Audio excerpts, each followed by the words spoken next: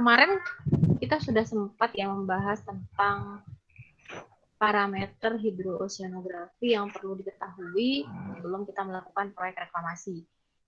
Ada yang ingat apa aja? Parameter hidrooceanografinya apa aja kemarin? Ada 3 kemarin waktu pertemuan kemarin tuh.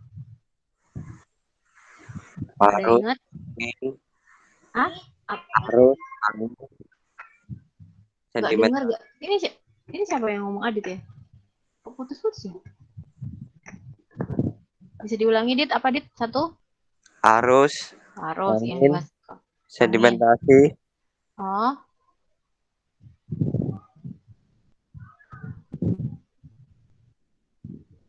udah itu ya. Ya kemarin kita membahas tentang gelombang. Yang arus yang sekarang, tapi memang mirip. Nanti kita lihat bedanya. Bedanya antara arus dan gelombang itu apa. Terus kita juga membahas pembangkitnya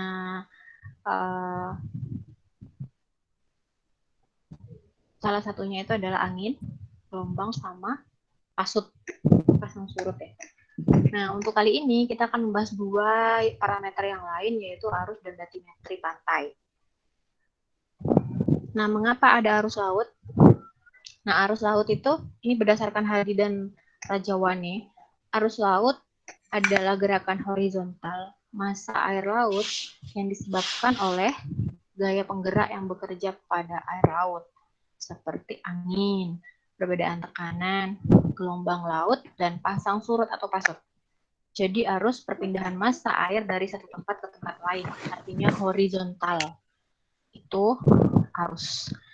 Mungkin akan terpikir di benak kalian, nah gelombang juga kemarin sama pembangkitnya ada angin gitu ya. Terus apa bedanya Bu? Kalian mungkin sudah pernah mempelajari ini sebelumnya.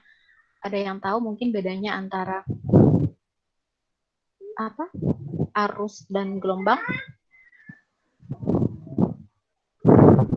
Ada yang tahu bedanya arus dan gelombang? Gimana Kalau bedanya? bawah, Bu. Kalau arus kenapa, Dit? Kalau arus itu di dalam airnya, Bu. Di bawah air. Kalau gelombang di atas, Bu. Oh, di gelombang di atas yang tinggi gitu mikirnya ya? Iya. Yang kelihatan ombak besar itu? Iya. Kok berisik kan anaknya? Nah, jadi ya, kasih jawabannya Adit.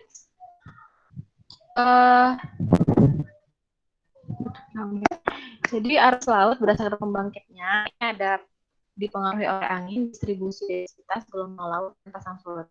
Nah, mengenai apa beda gelombang laut dan pasut?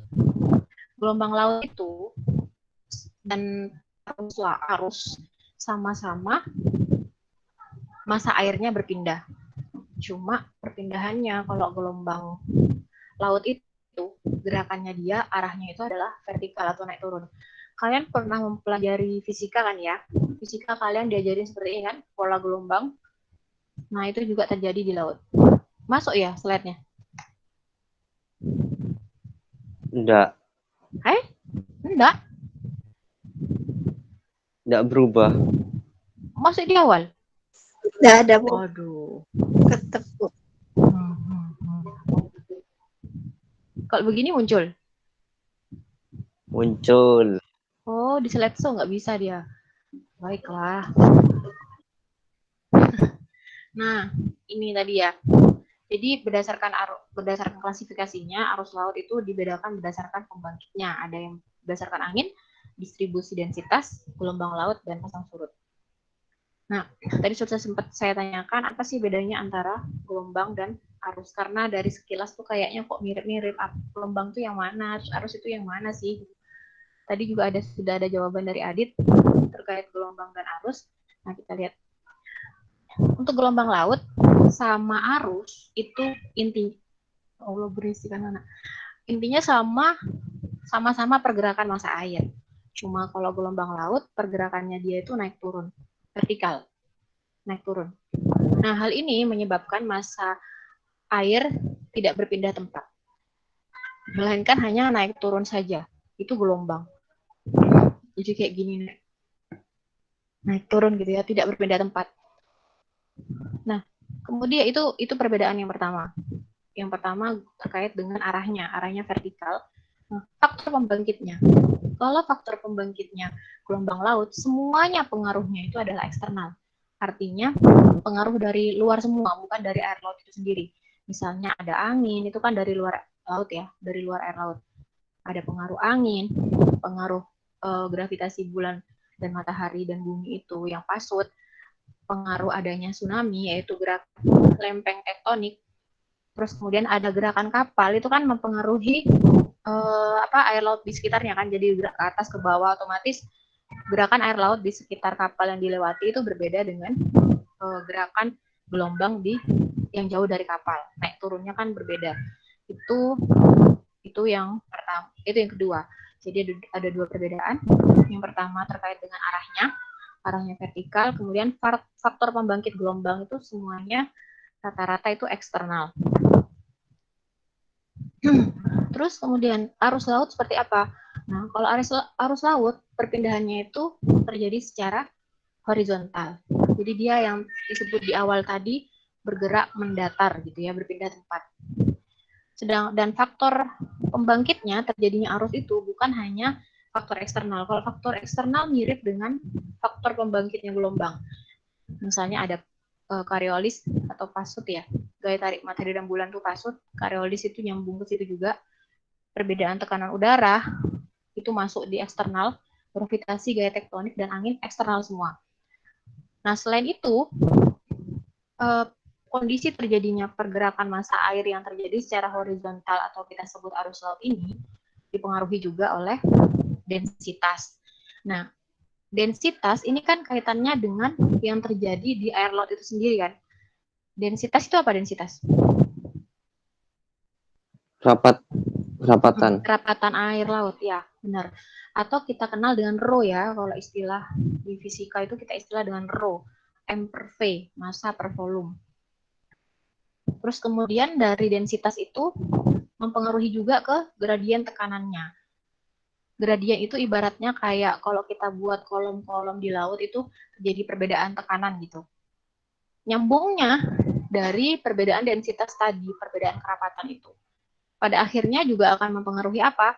Mempengaruhi gaya gesek antar lapisan air. Kalau di paling atas, di permukaan itu kan gaya geseknya, misalnya ini kan air laut ya, gaya geseknya kan antara udara sama permukaan. Kalau di tengah-tengah, gaya geseknya terjadi antara apa? Antara lapisan air yang satu dengan lapisan air yang lain. Kalau yang dasar, gaya geseknya itu terjadi antara lapisan air dengan bottom atau dasar laut. Itu kalau dari sisi gradien tekanan dan gradien lapisan air. Jadi ada dua hal ya, perbedaan antara arus dan gelombang terkait dengan arahnya. Arus itu lebih horizontal atau mendatar, sedangkan gelombang itu vertikal. Nah, terus kalau ombak itu kan bergerak terus, Bu. Bentar, ada yang masuk kayaknya. Sudah masuk belum? Nah, kalau ombak yang besar misalnya di pantai selatan misalnya, nah itu kan ke atas ke bawah, tapi kenapa dia bisa bergerak, Bu? Nah, itu adalah perpaduan dari arus dan gelombang. Jadi arus yang bergerak membawa gerakan horizontal tadi dipadu-padankan dengan gelombang yang bergerak naik turun ke atas ke bawah itu. Jadi sebenarnya kalau kita ngelihat ombak yang datang itu adalah ya di situ ada arus, di situ ada gelombang juga. Jadi satu di situ. Nah, itu terkait dengan perbedaan antara gelombang dan arus. Nah, kita fokus pada arus. Kemarin kita sudah membahas tentang gelombang. Untuk arus yang berhubungan dengan distribusi densitas, tadi sudah Adit bilang itu terkait dengan kerapatan. Nah, kerapatan ini artinya tergantung dari kandungan yang berbeda-beda di air laut tadi. Contohnya kayak salinitas atau kadar garam, temperatur, dan tekanan. Dan semua ini saling terkait sebenarnya. Seperti contohnya salinitas atau temperatur dan tekanan itu berpengaruh. Misalnya kadar garam yang paling atas itu kayak gimana? Ini dibahas di biologi laut atau ekoper ya? gradien-gradien ini kayaknya dibahas di ekoper atau biologi laut. Sudah fix semua di situ, termasuk gradien atau distribusi dari sebaran makhluk hidup atau ekosistem yang ada di gradien-gradien tersebut atau lapisan-lapisan tersebut. Seperti bentos ada di mana, ikan-ikan kecil itu ada di lapisan yang ketinggian berapa. Nah, itu hubungannya dengan faktor-faktor fisika ini. Karena mereka butuh salinitas yang seperti apa, butuh temperatur yang seperti apa, butuh tekanan yang seperti apa. Jadi kehidupan mereka itu karena mereka butuh kondisi-kondisi fisik ini. Pada air laut yang memiliki densitas rendah, artinya rho-nya ya rendah, maka tekanan airnya akan lebih besar dan muka air lautnya akan lebih tinggi. Sedangkan air laut yang memiliki densitas tinggi, tekanan dan muka air lautnya akan lebih rendah. Otomatis kalau dipikir secara logika, ini yang paling dalam ya. Densitas tinggi itu kan yang jauh dari sinar matahari. Tekanannya juga nggak berhubungan langsung sama atmosfer, hubungannya dengan lapisan air di atasnya. Nah, dari kondisi yang berbeda-beda itulah terjadi yang namanya gradien tekanan atau kolom tekanan lah istilahnya kalau di ekoper atau di biologi laut itu. Nah, air laut yang jelas akan bergerak dari tekanan tinggi ke tekanan rendah. Nah, apa tuh namanya? Gradien tekanan yang berbeda itulah yang menjadi pendorong sehingga terjadi arus. Jadi terjadi pergerakan antara yang tekanannya tinggi ke yang tekanannya rendah, itu arus. Contohnya arus geostropik, arus densitas, dan sirkulasi termohalin. Nah, ini arus geostropik. Geostropik itu hanya berdasarkan penyebabnya saja sih. Gerakannya sama, cuma penyebabnya aja yang membedakan dia dinamakan arus ini, arus ini, arus ini.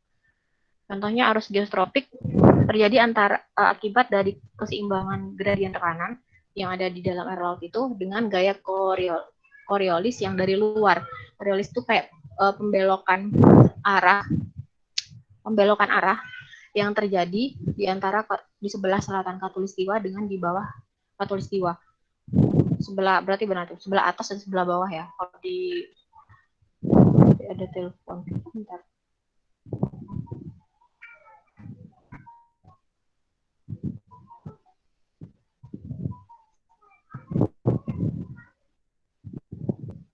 Masih kuliah.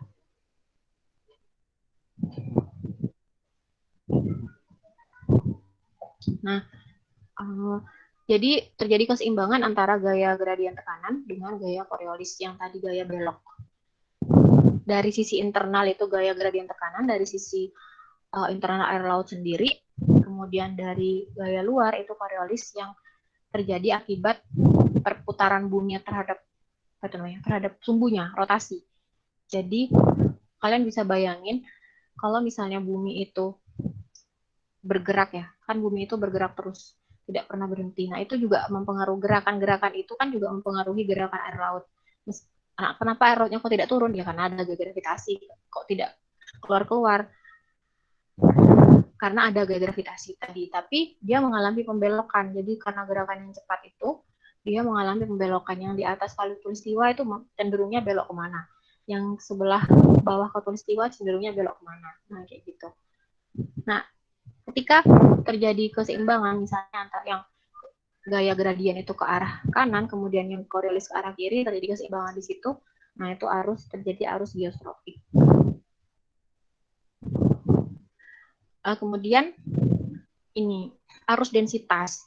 Jadi yang dipengaruhi oleh densitas. Kalau kita lihat dari kolom air laut kan yang terjadi seperti ini ya. Permukaan air, densitasnya itu lebih rendah yang atas karena langsung terkena sinar matahari. Nah, semakin ke bawah, densitasnya dia lebih tinggi. Nah, muka airnya otomatis kan lebih rendah karena di bawah. Jadi kalau diukur dari ketinggian, maksudnya diukur dari ketinggian dia lebih rendah. Posisinya itu lebih rendah di bawah. Gitu. Nah, arusnya gimana arusnya? Yang jelas namanya arus. Ini kan dorongannya dari bawah. Arusnya yang kalau kalian misalnya ngelihat dari sisi densitas ya, antara air densitas ini ngaruhnya juga ke viskositas. Antara air dengan madu kalau dikoyak-koyak atau dikocok-kocok itu kan yang lebih beriak-riak atau lebih terpengaruh itu kan mesti yang air. Jadi yang mudah terpengaruh itu adalah yang densitasnya rendah. Jadi arusnya itu di situ tinggi. Bisa dibayangin ya? Misalnya antara air antara bensin mirip sih. Antara air dan madu lah terkait dengan densitas dan ke arah viskositasnya pada akhirnya.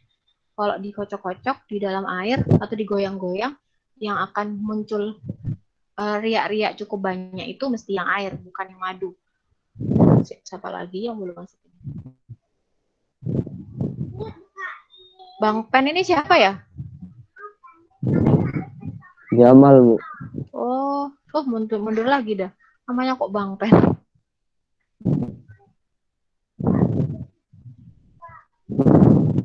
Nah, sebentar Salma.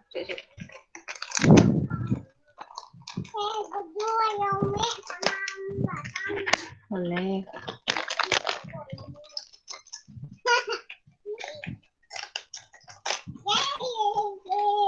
Awas tumpah.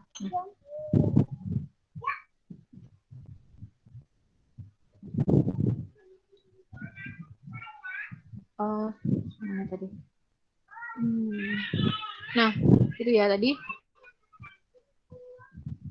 Jadi arus densitas itu tadi karena pengaruh perbedaan gradien besarnya kerapatan air tadi, dan yang paling kena pengaruh arusnya lebih tinggi otomatis yang permukaan karena densitasnya lebih rendah.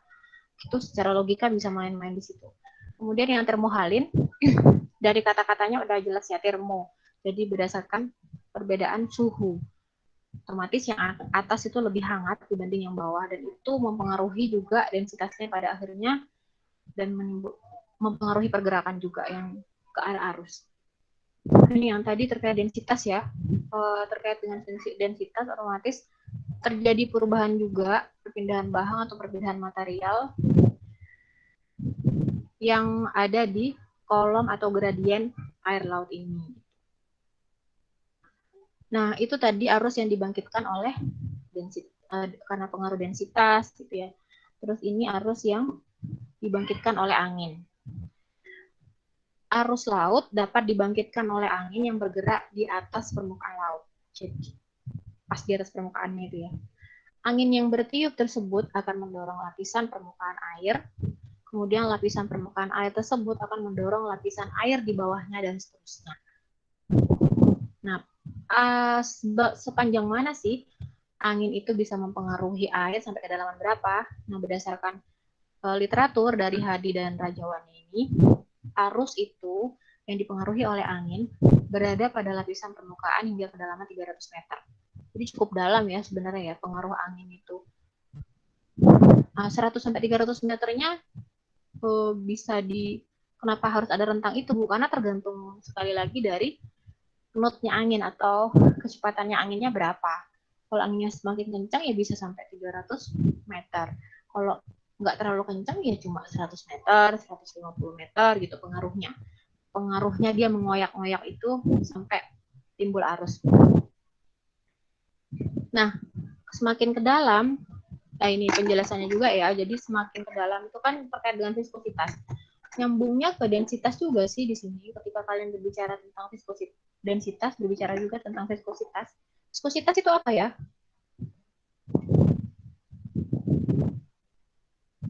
Antara madu sama air, viskos itu apa? Kekentalan.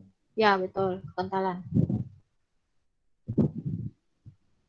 Kekentalan, jadi dari atas ke bawah dia semakin kental.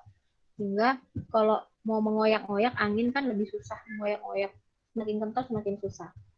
Jadi yang paling mudah yang di atas, maka dia hanya sampai 100 sampai 300 meter pengaruh angin untuk membuat atau mendorong massa air itu pindah gitu, itu sampai 300 meter. Jadi kalau di arus ini perpindahannya secara horizontal ya, jadi kayak mendorong bergerak pindah tempat gitu. Kalau gelombang perpindahannya adalah naik turun pengaruhnya. Kalau pengaruh angin dan sebagainya itu ke gelombang itu naik turun. Nah ini arus yang dibangkitkan oleh gelombang. Nah, gimana tuh? Nah, gelombang yang pecah di tepi pantai dapat membentuk sudut dengan garis pantai. Ujung-ujungnya kan dia kalau nggak ada breakwater, pecahnya ya di tepi pantai. Dan akan menimbulkan momentum tegak lurus dan sejajar. Jadi ada dua yang akan terjadi di pantai dan bisa gabungan dari kedua-duanya. Momentum sejajar pantai membangkitkan arus sejajar pantai. Sedangkan momentum tegak lurus menggerakkan massa air tegak lurus pantai. Contoh dari arus yang dibangkitkan oleh gelombang adalah longshore current atau arus sejajar pantai dan rip current. Saya nggak banyak detail yang menjelaskan di sini, mengingatkan kembali karena pastinya ini sudah dibahas di mata kuliah sebelumnya yaitu OC dan ProSpan. Untuk longshore current itu apa sih? Terjadi di daerah gelombang pecah dan garis pantai, di mana saat gelombang datang itu agak miring, sudutnya itu agak miring tapi ke arah ini, ke arah sejajar pantai gitu, ke arah sejajar pantai. Nah, surf zone itu kan daerah di mana surf zone itu daerah selancar lah, daerah di mana dia mau hampir ke gelombang pecah. Kalau di Lukman, di daerahnya Lukman di pantai selatan itu udah jelas-jelas ya surf zone-nya itu di mana yang biasanya dipakai orang berselancar.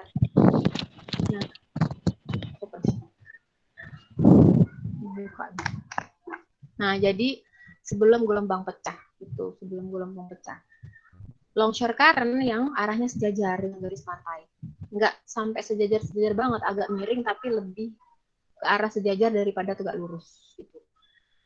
Kecepatannya sih nggak terlalu besar, kecil ya, ini hanya 0,3 meter per detik, tapi dia berlangsung cukup lama biasanya karena apa itu namanya, pengaruhnya itu kan membawa sedimen-sedimen juga yang ada di sekitar pantai ini atau daerah litoral itu cukup lama, bukan hanya sebentar, agak lama terus menerus kan, jadi bisa membuat apa namanya, membuat erosi juga gitu, membuat abrasi juga, memindahkan sedimen pelan-pelan kalau yang longshore current. Jadi arahnya itu membawa sedimennya itu pelan-pelan karena nggak terlalu besar gitu, datangnya itu nggak terlalu besar, kecepatannya hanya 0,3 meter per detik. Itu kalau longshore current. Jadi arahnya itu sejajar dengan garis pantai. Arah arusnya itu sejajar dengan garis pantai. Kalau misalnya dia datang, cenderungnya membuat garis pantai itu seolah-olah berkelok-kelok. Kalau di pantai utara, pantai-pantai yang jauh dari lempengan tektonik, dasarnya itu biasanya cenderungnya adalah longshore current. Jadi bukan rip current. Nah, rip current itu seperti apa sih? Nah, rip current itu tegak lurus. Kalau tadi sejajar, longshore current itu sejajar dengan garis pantai. Kalau rip current itu tegak lurus dengan garis pantai. Jadi rip current arus yang gerakannya tegak lurus dengan pantai. Nah, arus ini berawal dari gelombang yang datang dari laut menuju pantai. Kalau tadi kan dia arus murni. Arus itu rata-rata kan ini ya, rata-rata apa itu namanya? Karena dia horizontal. Kalau tadi kan longshore current tuh murni dari pengaruh datangnya arus ya. Gelombang tapi bentuknya sudutnya miring, jadi pengaruh gelombangnya nggak terlalu besar. Kalau gelombang itu kan lebih vertikal, datangnya itu vertikal, ketinggian gitu ya, dari laut menuju pantai, ditambah dengan arus itu jadi kayak yang di pantai selatan itulah. Setelah sampai di pantai, arus tersebut kemudian menemukan jalan kembali, jadi ada penghalang. Jadi ini contohnya, muncul nggak ya? Bentar. Muncul nggak? Muncul nggak ya? Gerakan arus itu muncul nggak? Gambar gerakan arus itu muncul nggak? Halo?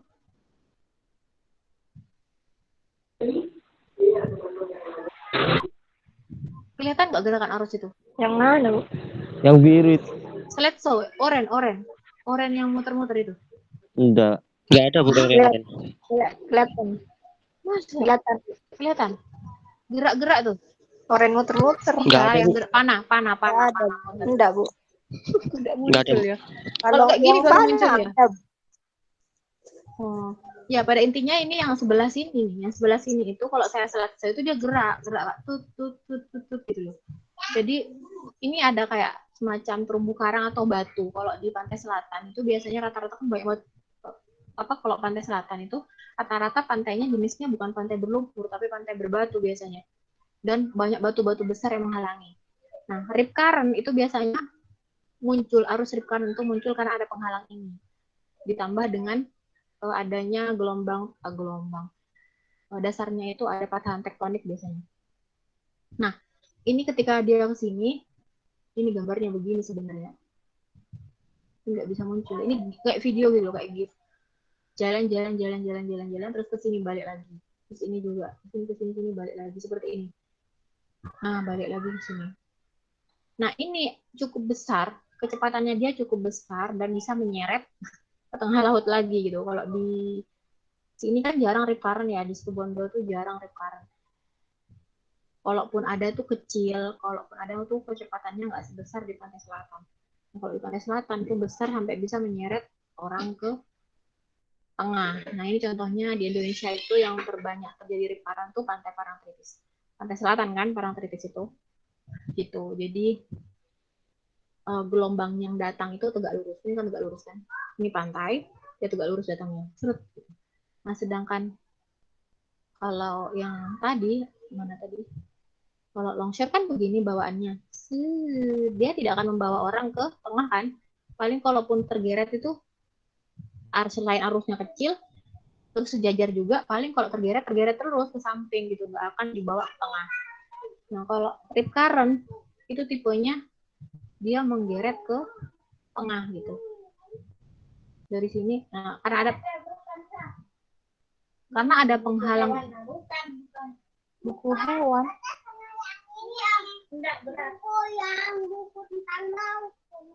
Ada di situ, coba di lemari.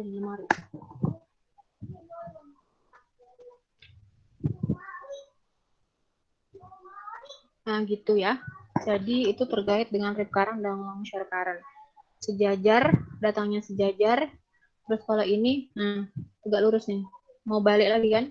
Ini untuk daerah-daerah utara cuma terlalu kecil, jadi nggak terlalu kelihatan pengaruh rip current-nya itu nggak terlalu kelihatan sampai membawa orang ke tengah. Beda kalau di pantai selatan, pembangkit gelombangnya kan selain dia ada angin, kalau pantai selatan ada gelombang patahan tektonik itu.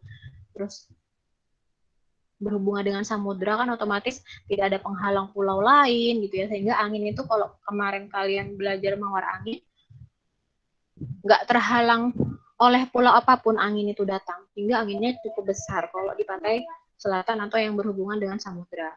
Ini kan nggak terlalu kelihatan, ini padahal tegak lurus, cuma nggak sampai besar banget sampai ke tengah gitu. Ini kan nggak akan terlalu membawa orang sampai ke tengah, karena kecepatannya memang kalau di pantai utara ya, ini kayaknya pantai utara bukan pantai selatan. Kalau pantai utara kecepatannya soalnya memang rendah karena faktor pembangkitnya tadi, baik pembangkit arus maupun pembangkitnya gelombang. Angin kan bisa membangkitkan arus, bisa membangkitkan gelombang. Pasut pun bisa membangkitkan arus, bisa membangkitkan gelombang. Jadi maksudnya tuh gini, pasut dan angin itu bisa menyebabkan gerakan horizontal dan gerakan vertikal, memacu gerakan horizontal dan gerakan vertikal pada air laut. Gerakan horizontal itu tadi adalah arus dan gerakan vertikal itu adalah gelombang. Nah, perpaduan itu kalau cukup besar maka itu bisa menyebabkan rip current yang luar biasa sampai bisa menyeret orang ke tengah laut. Tapi kalau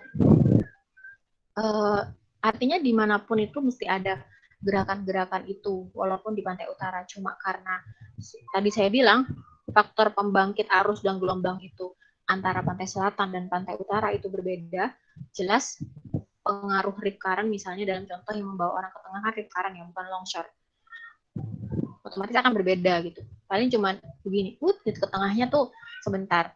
Kalau kalian main-main ke pantai kan mesti ada air laut yang kembali ke tengah kan, posisinya kayak balik lagi gitu, itu rip current. Sedangkan yang bergeser, yang bentuk pola-pola meliu-liu itu, nah itu adalah longshore current. Jadi bisa di laut itu bisa ada perbedaan. Ada dua arus itu, yaitu longshore current dan rip current. Cuma memang mesti ada yang dominan yang mana gitu. Bisa ngamatin lah kalau kalian jalan-jalan ke pantai.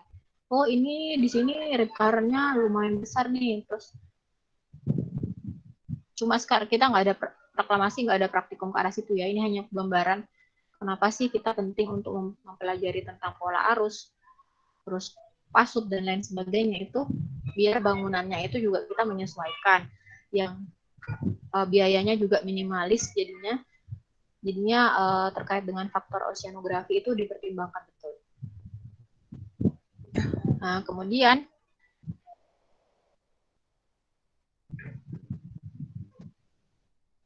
bukunya mau dibuang kah? Nah, kemudian arus yang dibangkitkan oleh pasang surut. Ini sama dengan gelombang yang dibangkitkan oleh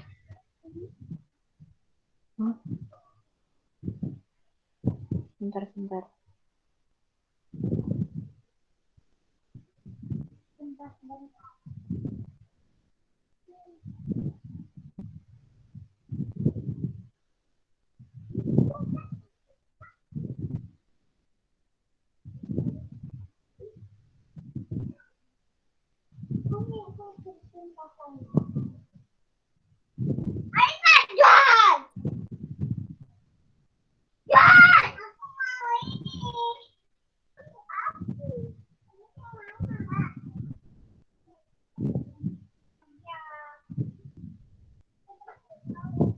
Nah, bentar.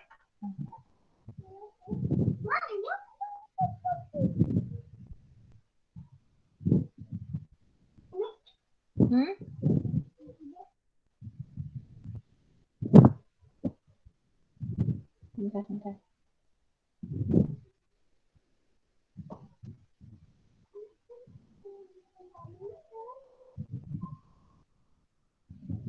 Nah, arus yang dibangkitkan oleh pasut, saya sudah sampaikan di awal tadi.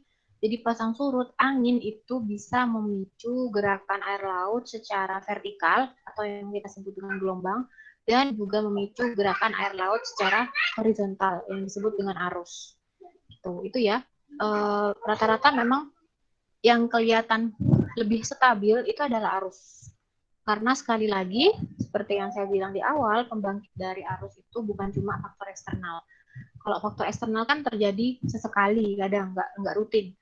Pasut, angin, dan lain-lain munculnya, kecepatannya juga nggak selalu stabil, muncul setiap saat dan kecepatan yang sama. Atau kekuatannya sama tuh nggak mesti sama. Karena arus itu ada faktor internal tadi yang mempengaruhi, jadi dia kayak stabil gitu. Kalau ngelihat laut kan gerak-gerak dari tempat-tempat tuh kayak stabil, walaupun kadang anginnya nggak begitu kencang. Nah, itu adalah pengaruh dari dalamnya tadi, yang tadi densitas, terus gradien tekanan dan lain-lain, itu juga mempengaruhi gerakan air laut secara horizontal atau yang kita sebut dengan arus. Jadi arus pasang surut di tiap tempat yang dipengaruhi oleh pasang surut yang di tempat itu jelas berbeda-beda, tergantung dari sebentar.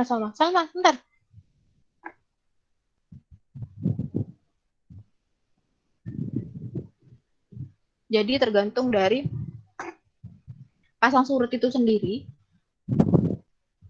kedalaman air, dan juga konfigurasi pantai atau kita sebut dengan bathymetry itu ya. Nah, terkait dengan pasang surut ada istilahnya EBB current dan flood current ya. Nah, ini kalau EBBK cari di situ Dana. Di EBB current itu arus yang timbul akibat pasang surut dan arahnya itu tegak lurus pantai ke arah laut. Jadi pada saat terjadi pasut, pas kondisinya itu ketika terjadi pasang, terus ada pasut, dia awalnya pasang, terus ada pasut, dia ketarik, gitu ya, ketarik ke konsep pasut udah paham kan ya? Konsep pasut akibat pengaruh gravitasi kan sudah paham. Ketika ada tarikan maka air laut jadi menyusut. Tergantung dia posisi bumi waktu itu muternya di daerah ini itu berada di bagian mana, berada di yang jauh dari air, berada yang jauh dari bulan dan matahari atau berada dekat dengan bulan dan matahari. Kalau berada di dekat bulan dan matahari, otomatis dia akan terjadi pasang, tertarik mengerucut gitu kan ya. Ingat nggak konsep pasut?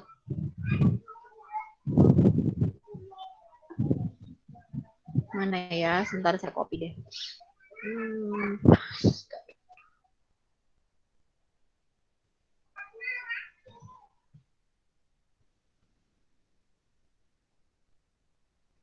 Sebentar. Wis. Nah, terus ya. Nah, ini ya. Ini ya, yang pasut ya. EBB current itu muncul ketika, nah misalnya dia kondisinya pada saat itu pasang gitu ya. Ini misalnya pada saat ini pasang, belum tertarik, masih berada di sini misalnya.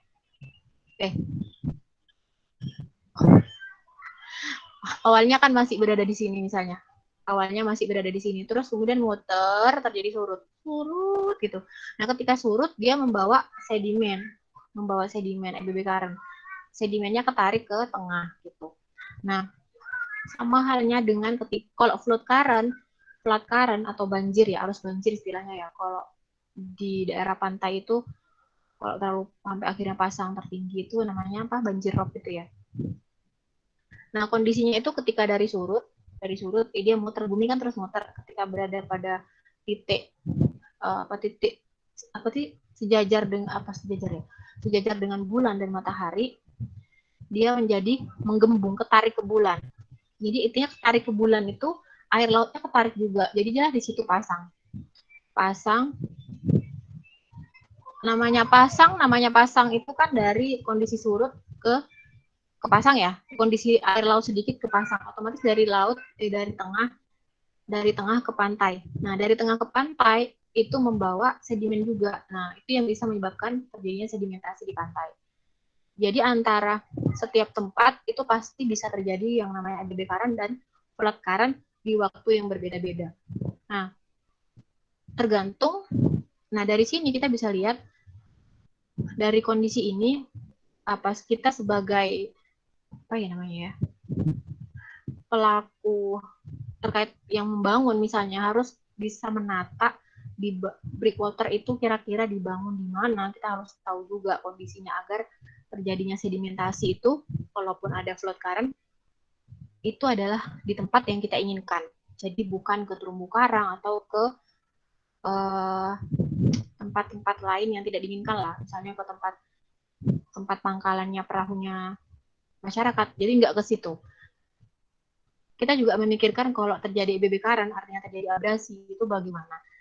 Breakwater berarti diposisikan di mana nih? Nah, itu harus benar-benar faktor-faktor ini yang saya sebutkan dari tadi itu, dari pertemuan kemarin, harus benar-benar diperhatikan betul. Jadi nanti punya pandangan secara umum. Oh, ini kita harus melakukan survei terkait dengan pasut juga nih, terus survei-survei lain yang kemarin sudah kita bahas ya terkait dengan arus gelombang dan lain-lain. Kemudian faktor yang terakhir, faktor oceanografi terakhir yang perlu kita perhatikan adalah batimetri atau kedalaman air laut ya. Kayak topografi ya. Kalau di darat itu namanya topografi, kalau di laut itu namanya batimetri. Nah, ini contohnya ya, penelitian dari anak-anak. Contoh bentuknya tuh nanti begini munculnya kalau pakai aplikasi sih. Jadi mengetahui kedalaman. Misalnya yang biru itu kedalamannya berapa meter. Terus yang warna biru muda itu berapa meter, itu bisa langsung terlihat di situ. Jadi nanti tahu, oh kita bangunnya di titik koordinat ini, berarti nanti bahan yang dibutuhkan itu untuk membangun apa, misalnya kita membangun apalah, untuk menguruk ini, untuk menimbun wilayah ini, kalau kita membangun reklamasi, karena ini kedalamannya segini meter misalnya, bangun di sini ya misalnya ya, mau bangun taman di sini misalnya, atau daerah baru di sini, pulau baru di sini. Ini kedalamannya berarti sekitar 30-20 meter. Nah, berapa meter yang mau kita bangun di sini? Berapa meter yang mau kita bangun? Oh, 20 meter. kedalamannya 20 sampai 30, anggaplah 30. Jadi otomatis setidaknya kita menimbun di atasnya 30 meter. Atau kita lihat pasutnya. Kedalamannya memang segitu. Terus pasutnya seperti apa? Oh, pasutnya itu hingga 35 meter misalnya. Sampai hampir ke darat kan. Terus kita berarti menimbunnya itu perkaliannya adalah membutuhkan tanah volumenya panjang kali lebar kali tinggi di atasnya pasut, otomatis pasang tertinggi harus di atas pasang tertinggi, karena kalau di bawah pasang tertinggi, kalau ada pasang tertinggi datang bangunan kita di bawah itu, maka bisa tenggelam, percuma. Jadi faktor-faktor yang kita bahas itu menjadi penting karena ada terkait pembangunan tadi. Itu terkait dengan batimetri ya. Misalnya arus dan gelombang. Oh, di sini rata-rata arusnya itu rip current gitu misalnya. Jadi kita tahu kita membangun breakwater itu di bagian mana berarti nih. Jadi tahu misalnya di sini atau di mana gitu. Apa tadi faktor pasut, arus, gelombang, nah itu pengaruhnya di situ. Makanya banyak faktor yang perlu kita dalamin, minimal kita tahu dulu sebelum kita ke lapangan. Nanti biar kalau di lapangan kan kadang di lapangan itu beda dengan teori ya. Artinya bukan beda banget. Di lapangan kadang orang lapangan tuh punya cara-cara tersendiri untuk mengetahui oh ini perkiraannya segini gitu karena sudah biasa di lapangan. Nah, insya Allah minggu depan atau minggu depannya lagi ya, kalian akan ada penjelasan dari orang lapangan yang biasa melakukan reklamasi. Jadi kuliahnya akan diisi oleh Bapak Yudis ya, oleh beliau terkait dengan bagaimana sebenarnya kalau di lapangan kita reklamasi itu kayak gimana sih gitu, apa yang dilakukan. Jadi biar jadi bekal juga buat kalian kalau kalian suatu saat mungkin takdirnya berada menjalani salah satu usaha di situ misalnya. Itu. Pak ya. siapa? Pak Yudis. CV apa lupa saya namanya. CV dia orang punya beberapa. Situbondo, orang Situbondo. Hah? Bekol. Nggak tahu. Kamu kenal dengan namanya Yudis juga dah? Orang bangunan juga? Pak Yudis pembinanya Himapali itu ekonomi. Oh iya itu berarti. Oh Alek, itu pembina Himapali? Iya. Oh ya nyambung sudah. Pak Yudis Tira. Iya Pak Yudis ekonomi yang punya apa ya? Yang punya kebun-kebun apa itu? Lupa saya. Iya yang ini ya, Bu, betul. di Karangkeni. Itu Pak Yudis ada CV, dia punya CV yang bergerak di bidang bangunan-bangunan gitu, bukan cuma bangunan laut. Nah, cuma salah satunya ada yang berhubungan sama reklamasi. Nah, tapi tahun ini saya pengen kalian ikut nimbrung di situ, cuma nggak ada proyek yang berhubungan dengan reklamasi.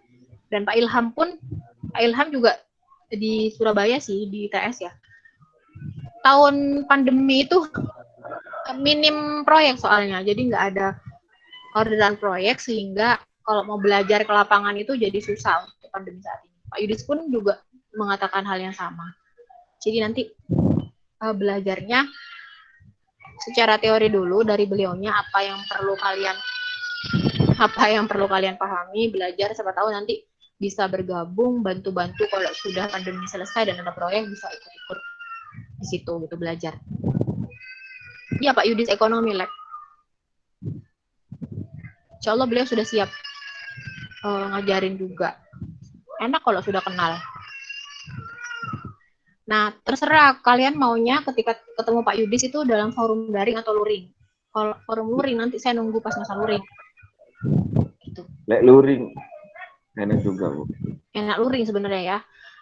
Saya kemarin menyampaikan ke Pak Yudis sih ketika luring ya Pak, nanti menyampaikan ke anak-anak ketika luring gitu biar enak tuh. Mungkin ada hal-hal yang perlu dijelaskan pakai modeling atau seperti apa yang harus ketemu. Yuk, itu Pak Yudis bilang ntar itu Bu. Ketemu lagi. Oh, bilang kemana? Himapali? Iya.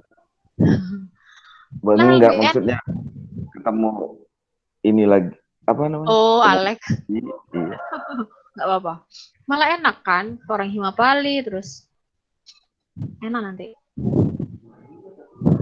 Banyak kalau kerja di lapangan itu atau yang apalagi di laut ya, selain kita bekerja juga ya, kita juga ikut refreshing loh kalau ke laut itu, daripada di kelas belajar gitu kayak gini menghadapi komputer, lebih enak ke lapangan sebenarnya. Iya. Apalagi kalian untuk laki-laki.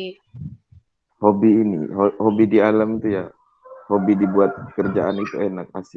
Betul. Jadi pekerjaan itu harapannya dilakukan berdasarkan passion kalian, apa ya? Ya hobi kalian. Misalnya kalau hobi ngajar, yo masuk ke jurusan keguruan yang ke arah ngajar. Kalau di lapangan ya nanti ke arahnya ke, kalau misalnya tekla, ya jangan daftar ke dinas-dinas kalau kerja, kalian bakalan banyak terforsir jadi karyawan. Buatlah CV. Daftar ke Bali.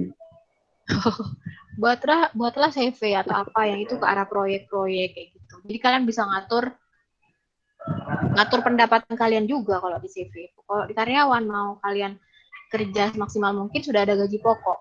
Jadi mau diforsir mau agak nyantai tapi ada gaji tetap yang jelas kalau karyawan. Cuma kan aturan, harus mengikuti aturan. Masuk jam segini, pulang jam segini. Kan ada yang nggak mau diatur. Biasanya anak teknik itu tipe-tipe anak yang tidak mau ikut aturan saklek. Jadi tipenya mau bebas gitu. Tuh. Jadi ini monggo dipahami dengan baik dulu. Nanti jadi enak kalau misalnya mau pas Pak Yudi sudah menjelaskan, oh faktor apa yang penting, ini bisa kalian bisa jawab. Tuh. Oh, Pak, siapa namanya? Pak Ilham ada tugas tadi? Ada, Bu. Oh, makanya cepet ya. Masih tugas ya. Mau keluar kota katanya, Bu. Oh iya. Iya, makanya dikasih tugas juga kan. Kalau ini belum ada tugas. Tugasnya nanti aja ya. Reklamasi nanti aja tugasnya. Sebenarnya saya maunya sih ada kita sesi keluar itu, cuma nggak ada yang reklamasi, susah juga. Kalau misalnya Pak Yudi, semoga adalah tahun ini. Kalau ada proyek itu kita bisa ikut nimbrung gitu loh, nimbrung belajar. Kayak apa gitu. Daripada bisa belajar sih lihat video aja bisa, cuma tahu secara teori kan. Kalau di lapangan kan rasanya beda. Akan lebih nancep, lebih ingat, oh kayak gini toh. Kadang banyak yang secara teoritis itu, oh caranya diselesaikan dengan seperti ini. Ternyata di lapangan itu kadang solusinya kita harus kreatif mikir sendiri, oh ini kayaknya pakai ini deh gitu. Jadi semua ilmu ketika kalian mempelajari ketika kalian bangun reklamasi, misalnya proyek bangunan, ilmu apa? Selain ilmu reklamasi ini tentunya teori bangunan laut kalian juga harus paham. Kayak kalau kondisi arusnya seperti ini, gelombangnya setinggi ini, itu kira-kira saya pakai material mekanika bahan ya. Material yang seperti apa? Material bahan yang seperti apa? Paling bawah saya kasih material apa? Tengah seperti apa? Terus bagian atas seperti apa? Itu kayaknya juga ada di perancangan bangunan laut sama perancang bangunan pantai ya. Sekarang kalian perancang bangunan pantai ya? Iya. Oh, lebih banyak praktek, insya Allah praktek membuat. Teorinya kan praktek udah yang bikin. Praktek bikin. Karena memang kalau kita jadi apa ya istilahnya ya, konsultan, nah itu harus setidaknya bikin perencanaan itu dari situ yang dipakai. Kalau secara teknis kan bisa ada tukang yang melaksanakan, tapi kayak kalau jadi pemimpin proyek harus paham itu, harus paham bahan yang dipakai seperti apa, terus ketinggiannya bagaimana, ini kira-kira kuat menghadang arus yang sebesar apa, gelombang yang seperti apa gitu. Insya Allah itu ya. Ada lagi yang mau didiskusikan? Belum ada ya. Kalau belum ada, nanti kalau tiba-tiba ada, misalnya tiba-tiba ada kasus tentang reklamasi misalnya, boleh di-share di classroom. Langsung aja di-share di classroom, diskusinya di situ aja di classroom. Kadang kan tiba-tiba ada kasus reklamasi, Bu ini kalau reklamasi kayak gini, gimana nih gitu. Kan reklamasi itu banyak ya di Indonesia tuh banyak ya, terutama di Jakarta. Ada yang kemarin saya ceritakan yang Ahok itu kan banyak yang pro kontra. oh ini apa namanya, ada yang bilang ini tidak bagus, ini tidak apa-apa, boleh. Nah, sekali lagi boleh tidak itu kan kita harus paham sebenarnya di sana kondisi perairannya seperti apa sih kok Ahok melakukan reklamasi. Oh, perairannya sudah jelek. Nah, itu informasi dari orang yang tinggal di sana.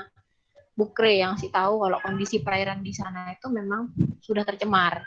Jadi kalau mau direklamasi pun tidak masalah. Tetapi mungkin dari segi pembangunannya harus memperhatikan drainasenya, gimana caranya agar tidak terjadi banjir. Oke lah, ekosistem di sana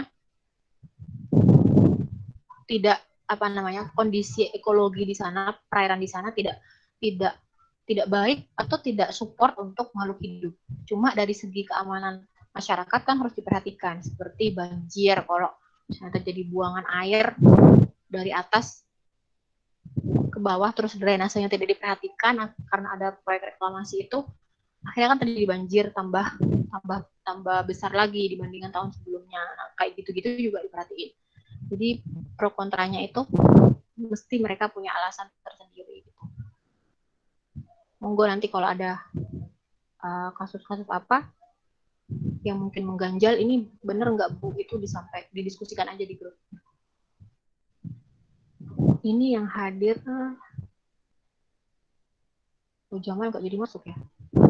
Gak bisa. Oke, saya